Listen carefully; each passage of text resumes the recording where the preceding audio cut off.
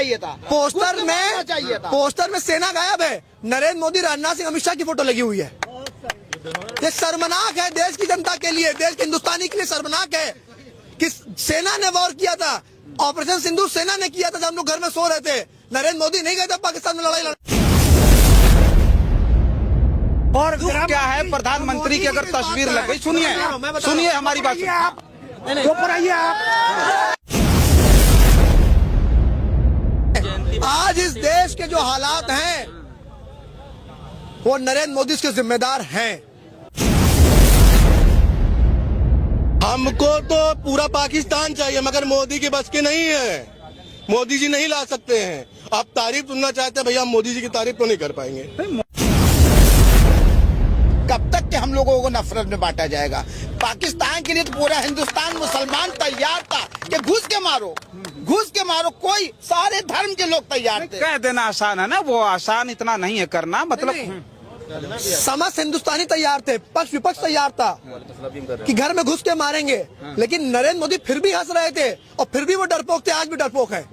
ये बताइए, पहलगाम जो सेंसिटिव एरिया पूरा है, वहाँ पे आर्मी क्यों नहीं थी? ये बताइए आप।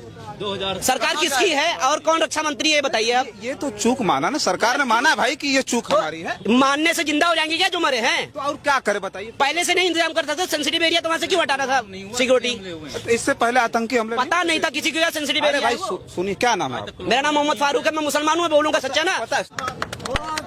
देश का प्रधानमंत्री कायर है, आप मुझे जेल में डलवा दीजिएगा, मुझे गम नहीं है, लेकिन डंके की चोट पे कह रहा है कि देश का प्रधानमंत्री कायर है, डरता है। साथियों नमस्कार, मैं हूं रजनीश और आप जन आदर्श भारत देख रहे हैं। इस वक्त हम उत्तर प्रदेश की राजधानी लखनऊ में हैं और लखनऊ में नहीं बल्कि पूरे देश भर में जो सबसे ज्यादा चर्चा है वो पाकिस्तान और भारत के बीच जो युद्ध हो रहा था, उस युद्ध विराम को लेकर के बहुत ज्यादा चर्चाएं हैं।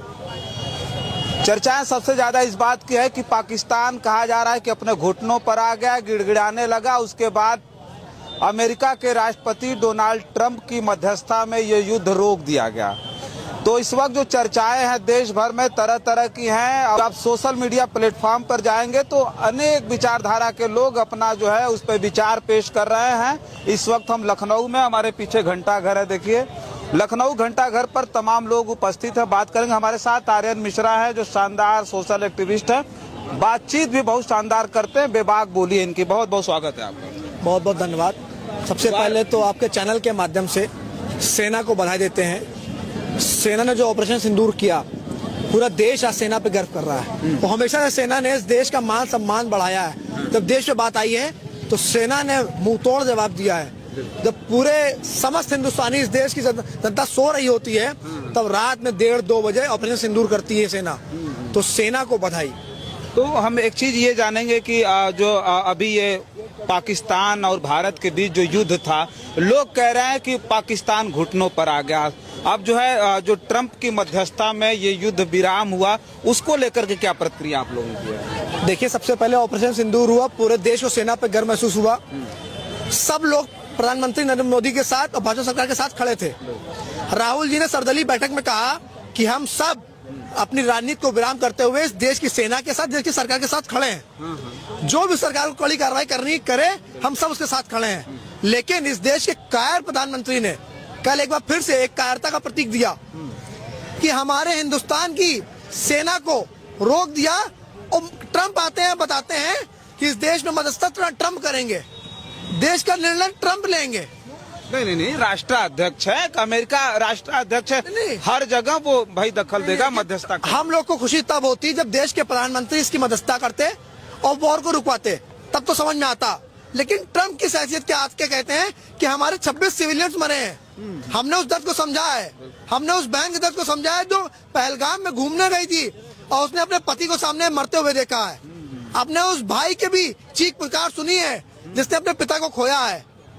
उसका बदला भी हम लोग ले नहीं पाए थे और वॉर रुकवा दी। नहीं, आतंकी ठिकानों पर हमला तो किया भारत ने। उसके बाद ही पाकिस्तान लगातार अपनी तरफ से कर रहा था कार्य। कल आए कैसे? पुलवामा में 6 साल पहले हमला होता है, 300 किलो ऑडियंस कैसे आया? इसकी जांच अभी तक चल रही है। सेना पे कोई संदेह नहीं है, सेना पे अभी भी गर्व है, हमेशा रहेगा। लेकिन संदेह अगर किसी पे है तो देश के प्रधानमंत्री पे है कि देश के प्रधानमंत्री कायर है। वो झुक गया वो अमेरिका के सामने झुक गया और कहता था कि 56 इंच सीना है, लाल आंख दिखाएंगे तो भाग जाएंगे। कहाँ है 56 इंच सीना, कहाँ है लाल आंख? कह तो रहे हैं लाल आंख दिखाई, गिड़गिड़ाने लगा पाकिस्तान, घुटनों पर आ गया लोग कह रहे हैं। पूरा देश देख रहा है आज। उन्हीं के लोग कह रहे हैं। और भाजपा के जो मोदी के भक्त है ना, कल मैं लगातार सोशल मीडिया के माध्यम से देख रहा हूँ, वो भी इंदिरा जी को याद कर रहे हैं कि चुनाव लड़ने में और युद्ध लड़ने में फर्क होता है।